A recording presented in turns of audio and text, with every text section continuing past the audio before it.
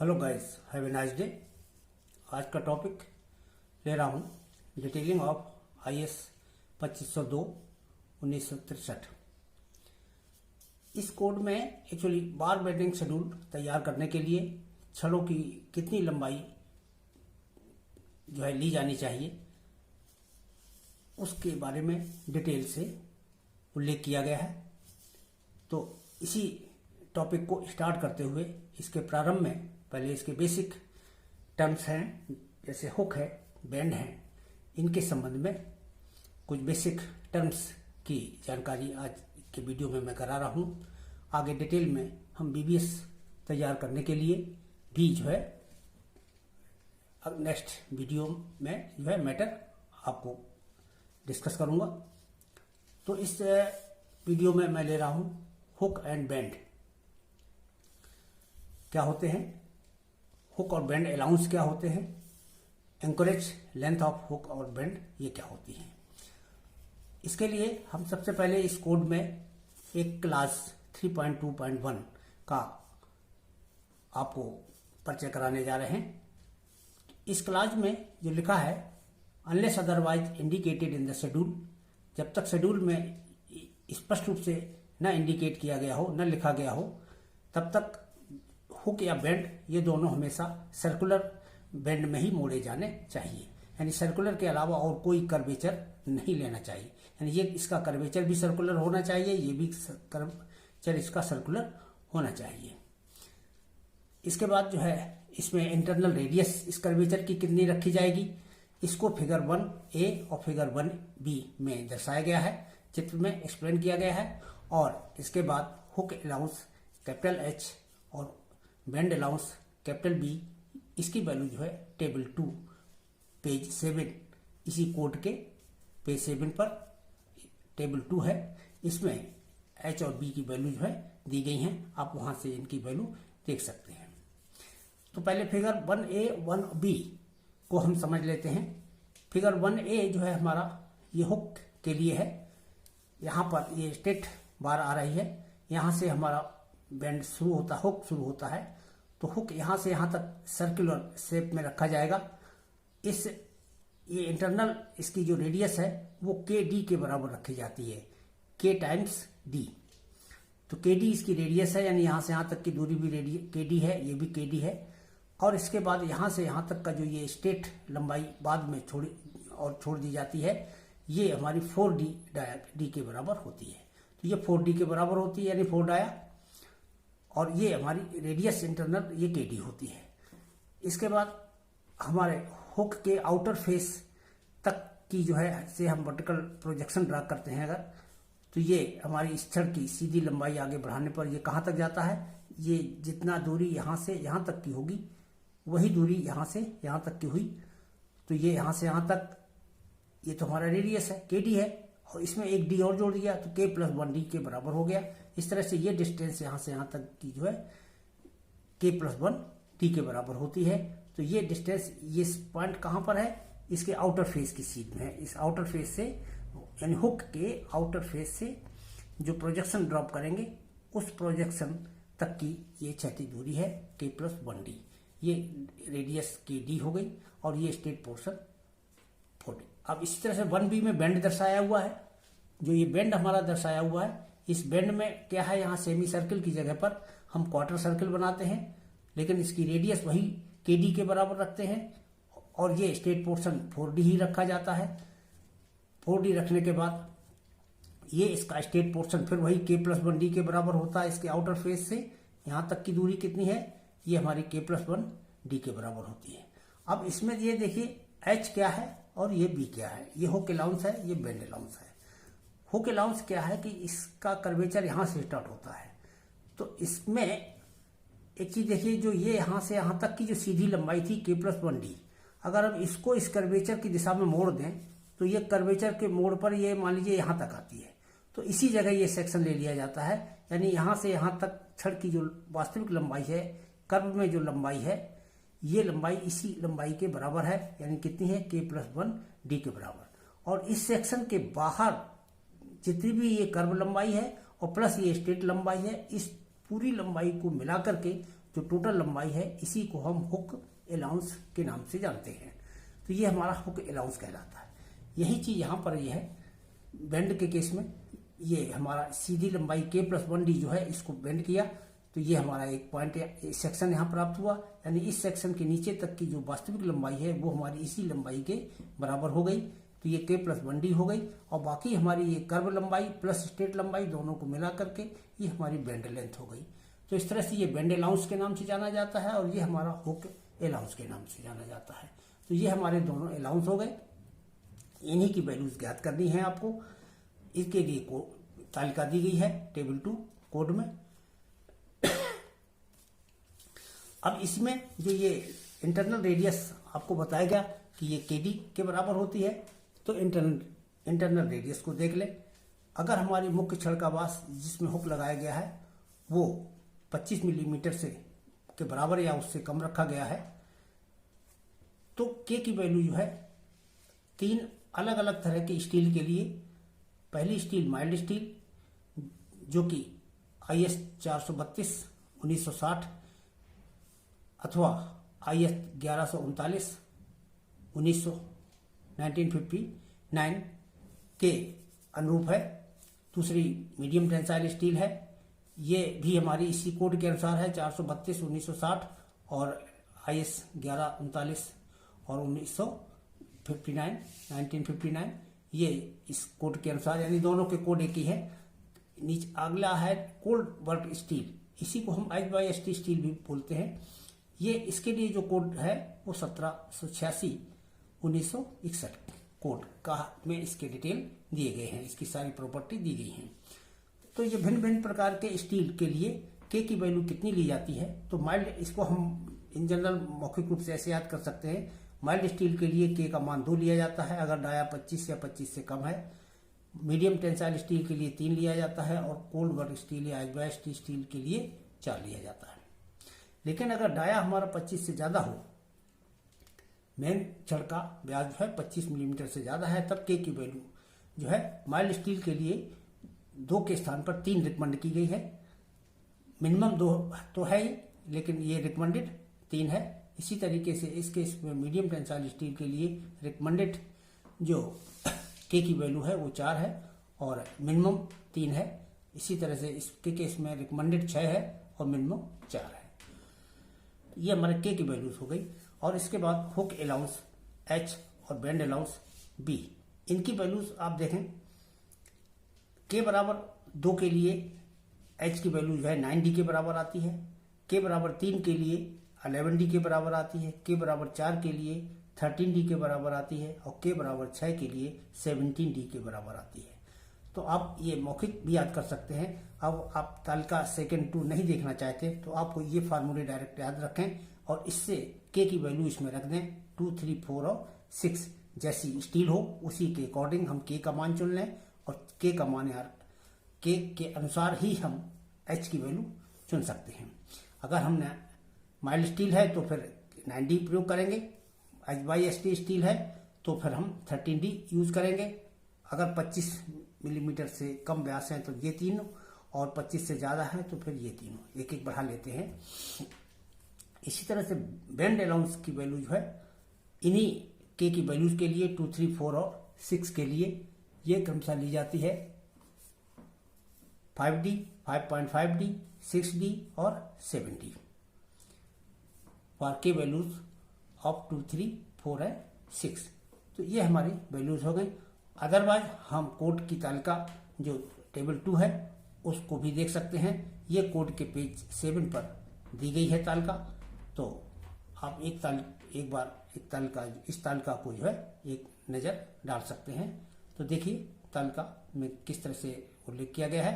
तो IS code 2502 की तालिका 2 table 2 hook and bend allowance ये है। और इस तालिका में आप पहले कॉलम देख लें। पहले कॉलम में नॉमिनल साइज ऑफ द बार, यानी जिस छड़ में हुक दिया जाना है उस छड़ के डायमीटर दिए हुए हैं। और इसके बाद हुक अलाउंस की वैल्यूज कैपिटल H, इसकी value different types of steel के लिए दी गई है। माइल्ड स्टील के लिए जो H की वैल्यू है वो मिनिमम वही 75 यानी मिनिमम इसकी 75 लिमिट रखी गई है और ये 9D से ही निकल के आती है। आप यहाँ से देखिए 10 mm की छड़ में का जब 9D लगाएंगे, H = 9D होता है, तो ये 90 mm हो गया। 8 mm की छड़ के लिए जब हम लगाएंगे तो ये 72D हुआ। 6 के लिए ये 54 हुआ। तो यहाँ पर मिनिमम की लिमिट जो है 75 मिलीमीटर कर दी गई है। ये इसके साथ विशेष चीज़ है। बाकी फिर इसके ऊपर 25 मिलीमीटर तक की छड़ की व्यास के लिए 9D के बराबर ही ये जो है H की वैल्यू ली गई है। 25 मिलीमीटर से ऊपर की छड़ों के लिए यहाँ पर ये देखिए, ये जो हमारी 310 जो है ये रिकमेंडेड वैल्यू है। ये रिकमेंडेड वैल्यू हमारी जो है 11D के से प्राप्त होती है और ये हमारी 9D से प्राप्त हो। मिनिमम 9D है और ये 11D। तो इस तरह से मिनिमम और मैक्सिमम के लिए ये दोनों वैल्यू हैं। तो 25 मिलीमीटर से ऊपर के लिए ये वैल्यू रिकमेंडेड है, यानी इतना किया जाना चाहिए। लेकिन अगर इतना संभव नहीं है तो कम से कम मिनिमम तो इतना करना ही है। तो इस तरह से इस टेबल में दर्शाया गया है। और यहाँ पर हम इस टेबल के बाकी ये मीडियम टेंसाइल स्टील के लिए हो गया, ये HYST स्टील के लिए हो गया। इसी तरह से ये बेंड अलाउंस B के मान दिए हुए हैं और बेंड अलाउंस B के मान भी क्रमशः mild steel, medium tensile steel और कोल्ड वर्क के लिए दिए हैं। बाकी सब में वही एक ही रूल है कि यहाँ पर जो है ये रिकमेंडेड वैल्यूज़ दी गई हैं, ये मिनिमम वैल्यूज़ दी गई हैं यहाँ पर, यानी ये रिकमेंडेड वैल्यूज़ है, ये मिनिमम वैल्यूज़ हैं यहाँ पर।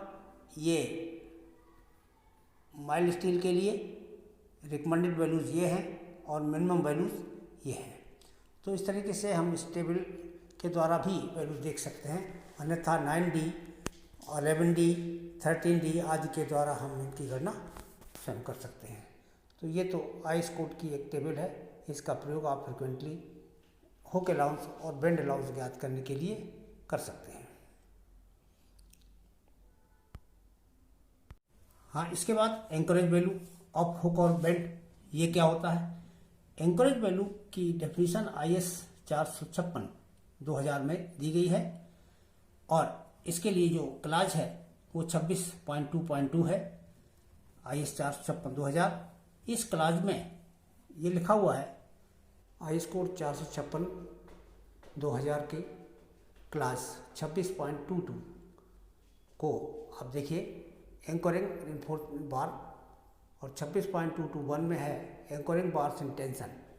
टेंशन के लिए रूल लिखा है ए में डिफॉर्म बार्स में b used without end anchorage provided development length requirement is satisfied. Hook should normally be provided for plain bars in tension. यहाँ पर स्पष्ट रूप से यही कहा गया है कि हुक जो है केवल प्लेन बार में ही दिए जाने चाहिए और डिफॉर्म बार्स में हुक नहीं दिए जाने चाहिए। सेकेंड क्लास में लिखा है बेंड एंड हुक के बारे में। Bend and hook shall conform to IS 2502 यानी 2502 के अनुसार डायमेंशन के अनुसार बनाने चाहिए। 2502 में इसके डायमेंशंस का उल्लेख किया गया है कि इसकी रेडियस कितनी रखी जाएगी, स्ट्रेट पोर्शन कितना रखा जाएगा। यहाँ पर एंकरेज वैल्यू के लिए जो है बेंड की एंकरेज वैल्यू के बारे में लिखा है।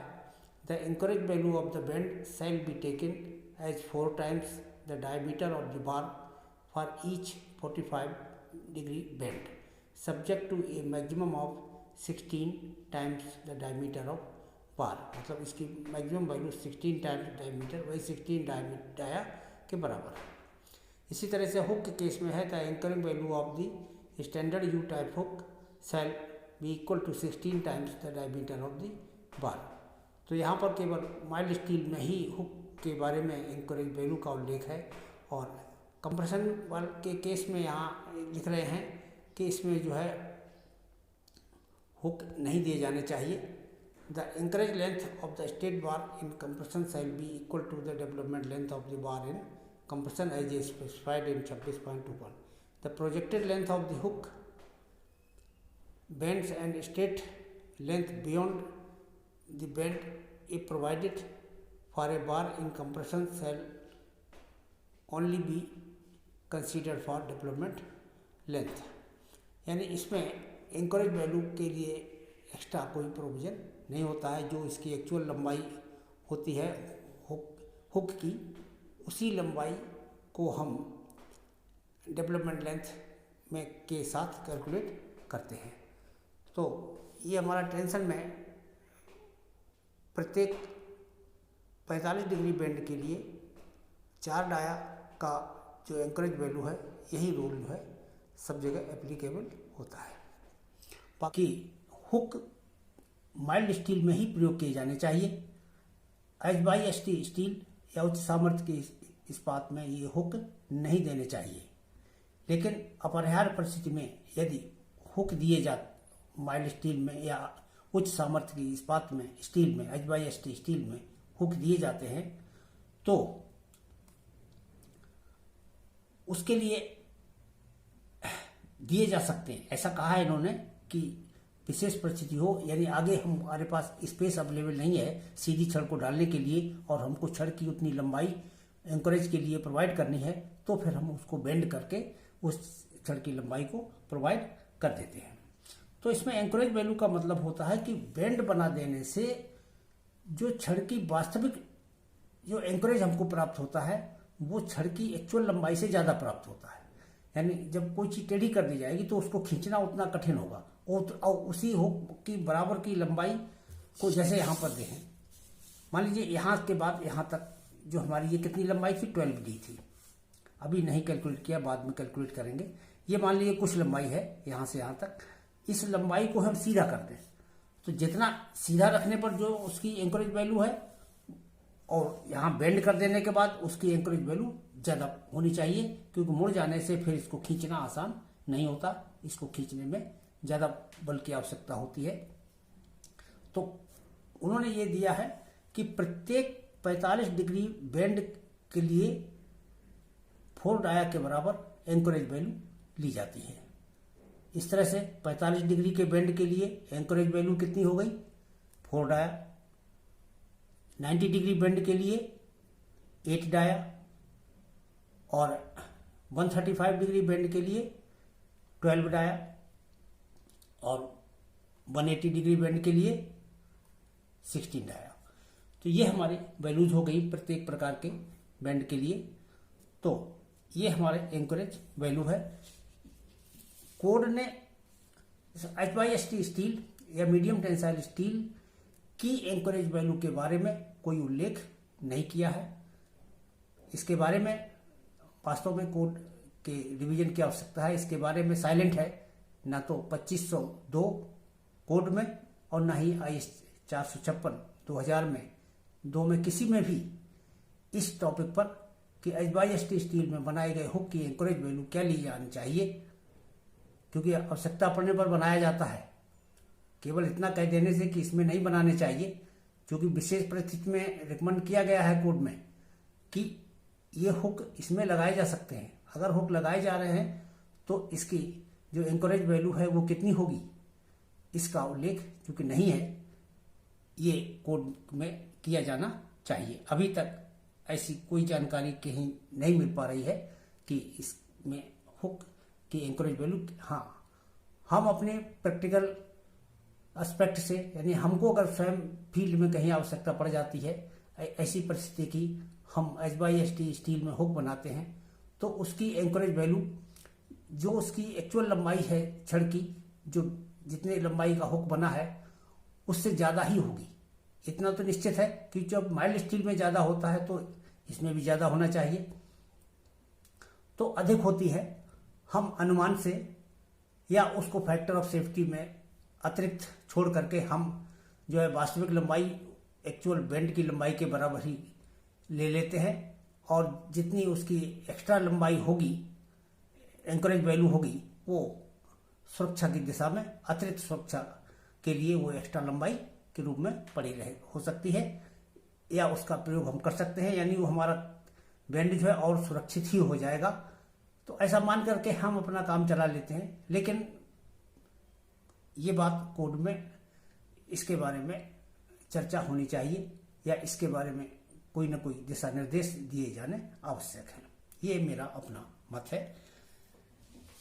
अब हम इसी चीज को कि एच और बी की वैल्यू की गणना कैसे की गई है इसको एक बार देख लें।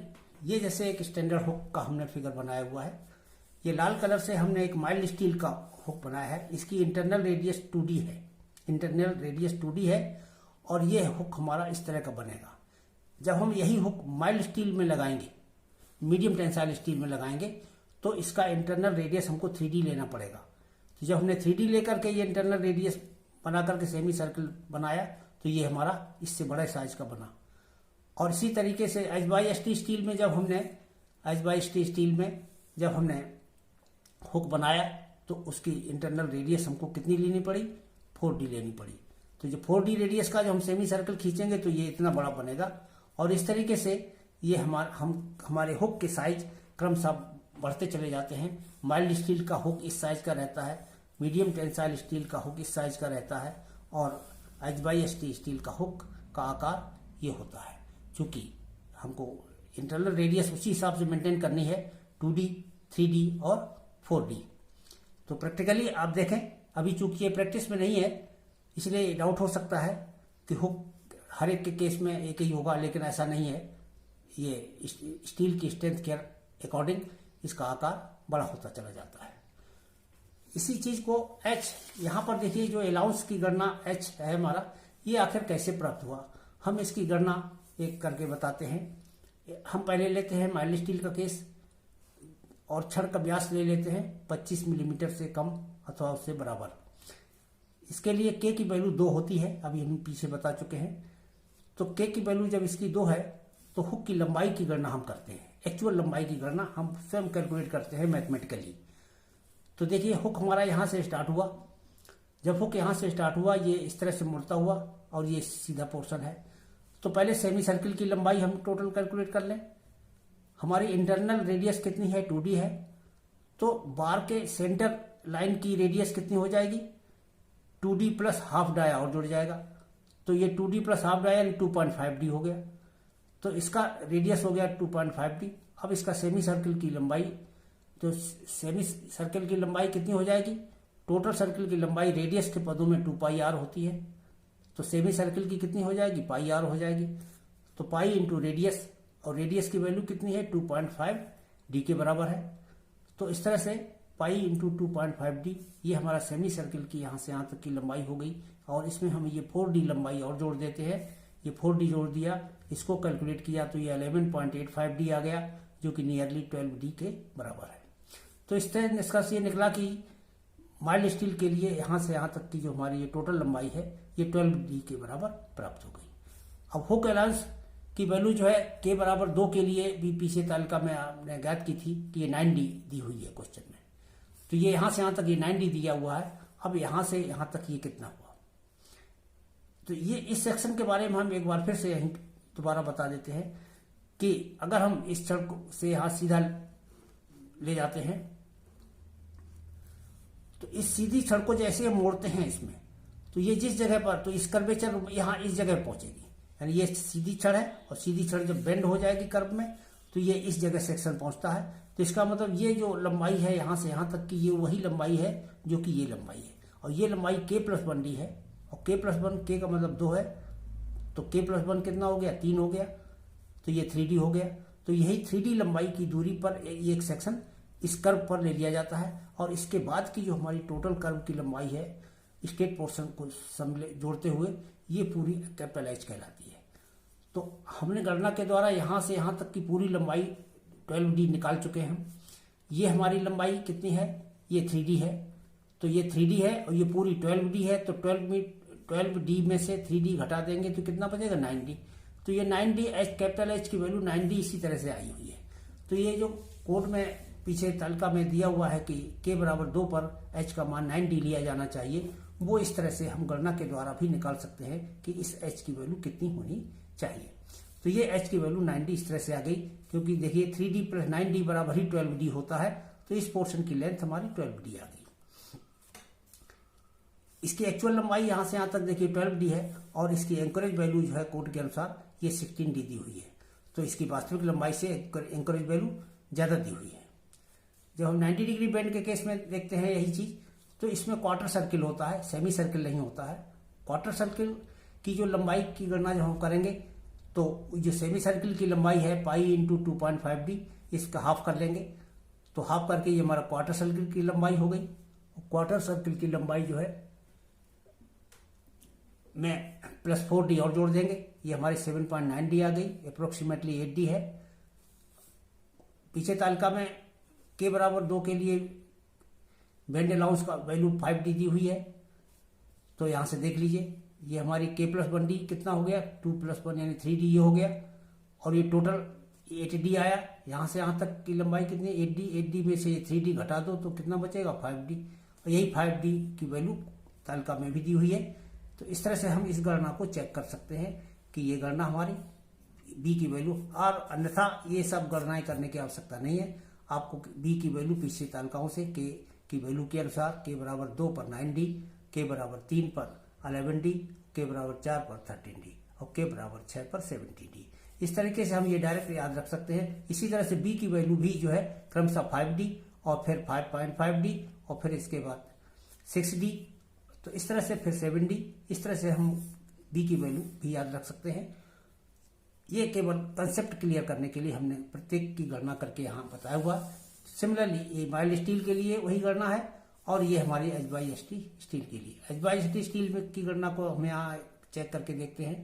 k बराबर 4 होता है इस केस में, ये हमारा 4d हुआ, तो यहाँ से यहाँ तक कितना हो गया, 5d हो गया, तो ये 5d है। अब ये पूरी लंबाई हमारी कितनी आई, पाई इंटू 4.5d, ये 4 और यहाँ अंदर तक कितना हो जाएगा, ये सेंटर लाइन तक ये 4d plus d by 2, d का हाफ, तो 4.5d हो जाएगा। तो 4.5d में पाई का गुणा किया प्लस 4d ये जोड़ दिया, हल किया तो ये 18.13 आया, ये अप्रोक्सीमेटली 18d है। तो ये हमारी लंबाई की गणना हो गई सीधे सीधे 18d। 18d में ये 5d घटा दो तो बचा कितना, 13d बचा, वही हमारा फार्मूला होता है 13d का। तो इस तरीके से हम बेंड के लिए भी और इसके लिए भी ये गणना करके निकाल सकते हैं। तो आज के टॉपिक में बस इतना ही है। नेक्स्ट वीडियो के लिए तक के लिए थैंक यू।